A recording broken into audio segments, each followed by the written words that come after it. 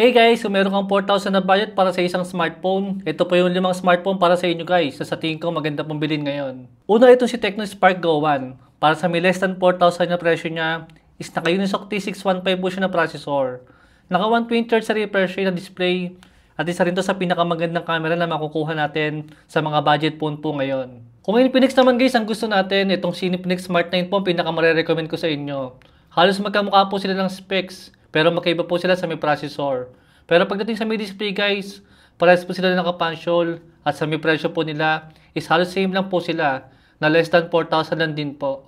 Pangatlo guys, kung ayaw nyo naman sumubok kay Infinix, sa akin Tecno, ito po guys si Vivo. Maganda rin po i-consider yan ngayon. Si Vivo Y-O3T na guys ang pinakamagandang marirecommend ko sa inyo kung Vivo smartphone pa ang kukunin natin. Kahit pa paano maganda na po yun pang Mobile Legends at nagsisave din po siya ng less than 4,000 lang. Kaya para sa may 4,000 guys, hindi na po tayo lugi dyan sa may smartphone ni Vivo. Lalo kung ayaw po natin sumubok kila Infinix sa akin na Tecno. Pangapat po guys, kung gusto nyo po ng mataas sa battery at malaking display para sa may around 4,000 na presyo. I think itong si Nubia B70 Max na po ang pinakasulit na makukuha natin dahil malaki po yung kanyang display. Maganda rin po yung kanyang camera kahit pa paano. At maganda rin po yung kanyang processor kung mahilig lang po tayo mag-Mobile Legends. At panglima po guys, ang pinakagusto kong smartphone sa mga budget phone po ngayon. I mean sa mga entry level, is itong sa Itel P65.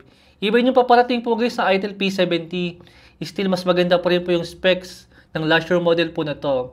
Saka po yung case na kasama po guys, meron din pong battery pack. Kaya po maganda po ang smartphone itong i-consider ngayon, lalo't nagmumura na nga po siya ng less than 4,000 lang.